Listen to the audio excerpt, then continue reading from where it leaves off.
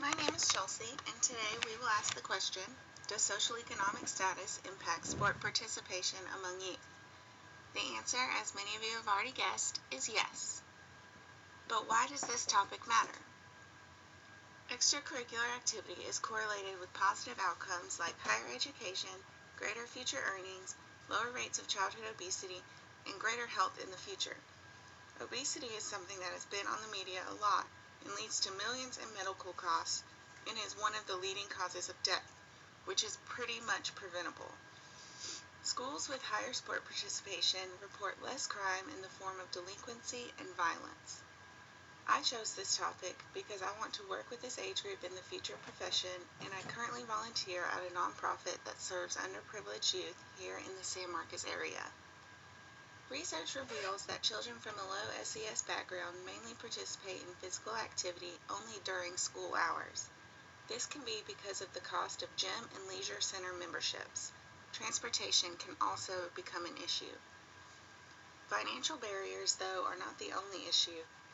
There may also be psychological barriers due to low self-confidence resulting from less coaching, poor quality programming, or fewer opportunities to be involved in sports.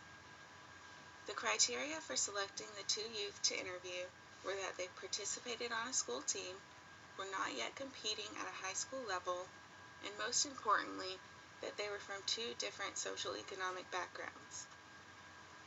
Let me introduce you to my participants. I met the first youth at the Youth Service Bureau in San Marcos. This is the nonprofit that I currently volunteer for. He attends San Marcos Elementary and plays basketball. The second youth attends San Marcos Baptist Academy, which is a private boarding school, and she plays soccer. These interviews were done face-to-face so I could write them down and analyze them later.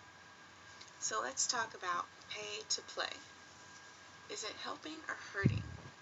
The female sees it as a way to ensure her team has new equipment and uniforms, and the male thinks of it as an annoying fundraiser that he doesn't like much. But the research says that it is much more than that. The negative consequences this quote is talking about could be exclusion of students from a low economic status, less motivation to attend and do well in their classes, and then what about getting athletic scholarships to college? If they can't pay, then they can't play and they can't be seen. So what can schools do about this? I presented both participants with some ideas from Heather Boyle's article, As Sports Fees Rise, a young athlete learns that if you can't pay, you can't play. She experienced exclusion from her track team due to these policies and believes they do more harm than good. Both really liked the idea of encouraging community members, colleges, and other schools to donate as long as they were in good condition. Other ideas are to recruit volunteers such as medical professionals to donate services in time and enroll all eligible students for the Medicaid or Children's Health Insurance programs. I believe no low-income student should be turned away from participating in sport because they can't pay.